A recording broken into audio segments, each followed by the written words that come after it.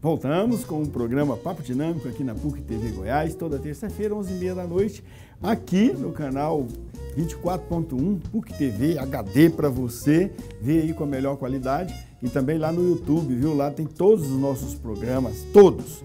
Você pode assistir, está em bloco para facilitar você baixar e compartilhar e também mandar sua mensagem sugerindo tema, fazendo observações do que a gente está falando, ok? Você pode fazer isso também pelo perfil do programa Papo Dinâmico no Facebook, no Twitter e no Instagram.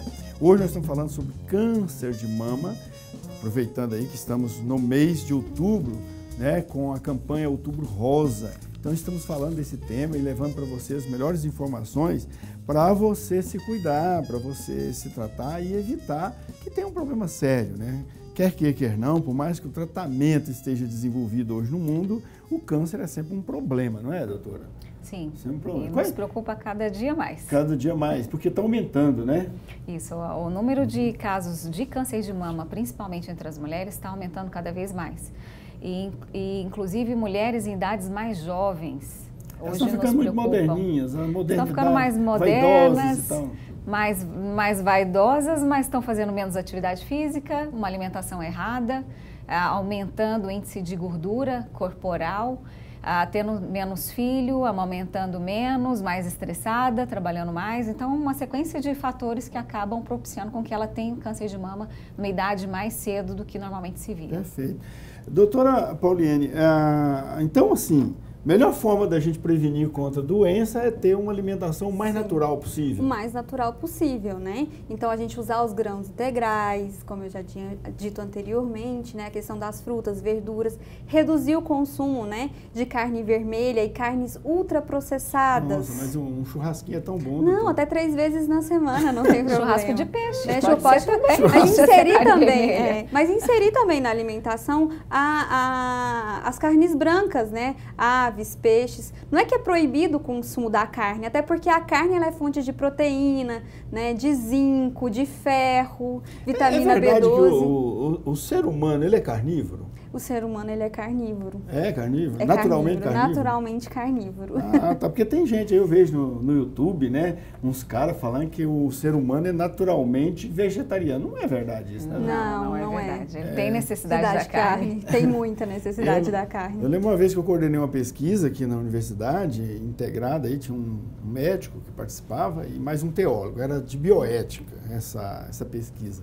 E o médico, ele é ainda médico, psiquiatra, e ele defendia, não, o ser humano é carnívoro. Na sexta-feira a gente terminava a reunião da pesquisa e falava, agora eu vou fritar um torresmo e vou comer.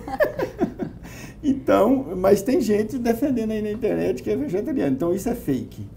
Esse é o estilo de vida, né? A questão de estilo de vida. Mas você fazer o consumo de uma carne, né? 3 vezes na semana, uma carne magra, tirar a gordura aparente daquela carne, escolher cortes de carnes mais magros, fazer essa cocção, né? Cozido, assado, grelhado, evitar a fritura, não tem problema, né? O que a gente não pode é um consumo excessivo da carne vermelha também. Mas a gente tem que ter uma alimentação variada. E isso inclui também a carne vermelha, tanto carne branca, né? Mas é interessante, então, assim, essa tese de que quanto mais natural a pessoa ter a vida, por exemplo, a procriação, quanto mais natural o processo de criação for, mais saudável é para a pessoa e para a criança também. Com certeza. Hoje, né, o lema da alimentação, até do novo Guia Alimentar, na verdade não é tão novo assim, ele é de 2014, ele traz pra gente descascar mais e desembalar menos. Tá, mas algumas frutas aí que o pessoal utiliza para curar a doença, para combater infecção. Por exemplo, aqui eu vejo uma planta lá do Oriente, o noni, que a gente vê pela internet, essa planta que nem tem aqui no Brasil, não sei se alguém planta aqui, mas parece que é proibida aqui no Brasil. E essa planta, realmente, ela tem efeitos terapêuticos? A gente tem que chamar a atenção para um fato. Não existe alimento milagroso, tá? O que existe é um conjunto de ações, uma alimentação saudável. A gente tem que tomar muito cuidado com esse tipo de informação que a gente vê, porque pode ter alguma alteração, até com algum quimioterápico que está usando, algum medicamento que está utilizando. Então, procurar um profissional adequado, né, que tenha o conhecimento para estar falando sobre isso. Por quê? Porque às vezes a gente consome e pode ter algum efeito colateral ou a pessoa abandonar um tratamento, né, por alguma coisa vinculada à internet, como essas informações, né, sobre noni, sobre às vezes graviola. E não tomar existe bastante nenhuma cuidado. comprovação científica de não que existe. nenhuma desses produtos vão reduzir a incidência de um câncer. É muito menos para câncer de mama. E a nossa maior preocupação é exatamente o que a Pauliane acabou de falar. A graviola, por exemplo, dependendo do tipo da graviola, ela pode, junto com o câncer de mama, inibir a ação de um quimioterápico. Ou ok. então estimular que o paciente às vezes tenha mais diarreia ou tenha mais efeitos colaterais e que vão só atrapalhar ao invés de ajudar. A pessoa vai atrapalhar Com mais certeza, ainda. porque aí o tratamento vai ter que ser parado para poder corrigir essa intercorrência que esse paciente teve e o tratamento ele não pode parar. Então, não existe, gente, alimento milagroso. Não. O que existe é uma alimentação saudável. E alguns deles, como por exemplo a amora, que tanto falam, né, o chá da amora, para o câncer de mama a gente tem muita preocupação, porque existe uma conversão dessa amora em hormônio e o hormônio ele é deletério para o câncer de mama. Então é proibida a utilização, ela não pode ser utilizada. Ah, ok. Interessante isso aí. Bom, mas então a gente pode dizer diante disso, dessa ideia de que quanto mais natural é a vida, quais são os fatores de risco que tem? Uma pessoa hoje aí, como é que ele, para ele ficar com a antena ligada, se ele tem algum tipo, ou pertence a algum tipo, algum grupo, né, de pessoas? Quais digamos, os grupos de risco? O grupo de risco para o câncer de mama seriam pacientes que possuem familiares próximos com histórico de câncer de mama. E quem tem um familiar com câncer de mama em homem, preocupa mais ainda do que em mulher. Se você tem parentes muito próximos, uma avó, uma mãe, um irmão com câncer de mama, você pode aumentar o risco. Mas lembrando que o câncer de mama genético, ele é muito raro. Tá? Algumas pacientes, elas podem ter algumas mutações genéticas que fazem com que ela tenha uma predisposição maior a ter câncer de mama. Falando em mutação genética, tem medicamento que pode levar a isso? Pessoa que passa a tomar um determinado medicamento, entra no grupo de risco? Para induzir tipo assim, o hormônio câncer, poderia causar sim, um câncer de mama? As mulheres que entram na menopausa, que fazem reposição hormonal, já está comprovado que existe um aumento do risco do câncer de mama. Não é que ele é proibido de ser tomado.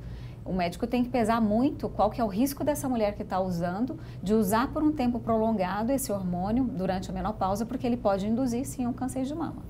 Ok. Além do medicamento, que tipo de alimento a pessoa poderia... Você já tinha falado, não sei se nós aproveitamos, se foi no intervalo, mas é sobre carnes gordurosas, né? A gordura poderia levar a pessoa também a ter câncer, né?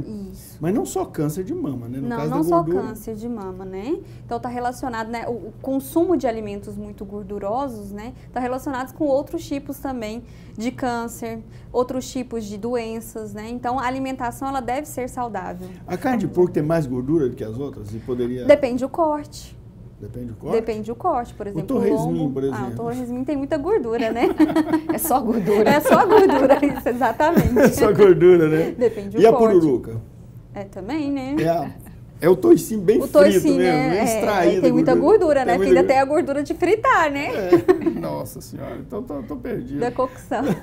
E uma alimentação mais rica em azeite, né? Que é a alimentação mediterrânea, que a gente precisa conversar. Então, já existe comprovação científica de que uma alimentação mediterrânea, à base de bastante azeite de oliva extra virgem, de nozes, né, de integrais, de frutas e verduras. Mas lá também no Mediterrâneo brancas, tem o vinho. E com vinho. Mas tomar uma taça por dia, é permitido. É uma taça. Uma taça de vinho por dia. Qualquer que seja o tamanho. Não, a taça média. Uma taça média ou duas pequenas, né? Sim. Dando um volume de 250 a 300 ml. Esse copo aqui dá uma taça média? Esse copo tem mais ou menos 300 uma taça ml, sim. Aproximadamente. Tá ok. Então, em torno de 300 ml. Você vai reduzir o risco de câncer de mama usando essa alimentação mediterrânea. Com certeza, que são castanhas, vamos repetir, que é uma coisa muito importante. E, nossa, minha casa vai encher disso a partir integrais, de amanhã. Azeite de oliva extra virgem.